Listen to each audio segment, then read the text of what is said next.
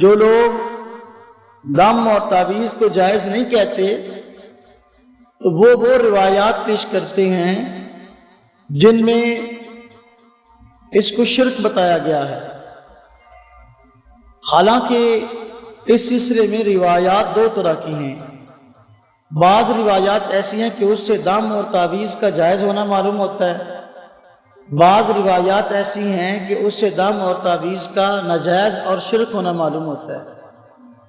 تو جو ہر قسم کے دم اور تعویذ سے بدکتے ہیں تو وہ ایسی احادیث اور روایات لوگوں کے سامنے بھی آتے ہیں جس میں اس کو شرک کہا گیا ہے۔ ہم کہتے ہیں کہ جو شرک ہے اس کو شرک سمجھو، جو جائز ہے اس کو جائز سمجھو۔ دیکھیں، دم اور تعویذ سے علاج کرنا اور مرض سے شفا چاہنا یہ طریقہ علاج ہے اور سبب کے درجے میں ہے۔ رب تعالیٰ کی ذات مؤثر شفا دینے والی اللہ کی ذات ہے۔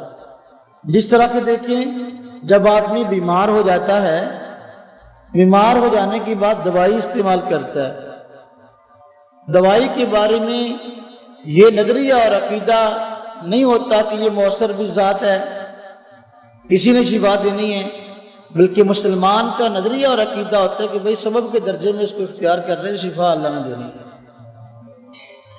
جس طرح دوائی انسان ڈاکٹر سے لیتا ہے اور علاج کراتا ہے اور بطور سبب کے اس کو اختیار کرتا ہے تو یہ ناجائز نہیں ہے۔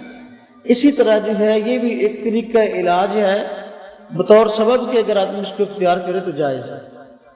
پھر دیکھیں جس طرح ادویات ہیں، بعض ادویات ایسی ہیں کہ ان کا استعمال ہم بھی کہتے ہیں کہ ناجائز ہے، جس طرح کہ وہ ادویات جن کے اندر حرام اشیاء استعمال ہوئی ہیں۔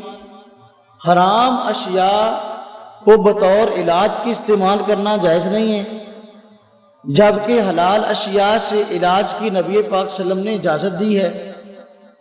اب اسی طریقے سے تعویذ اور دم کے بارے میں بھی روایات دو طرح کی ہیں، بعض سے جائز ہونا معلوم ہوتا ہے اور بعض سے ناجائز ہونا معلوم ہوتا ہے۔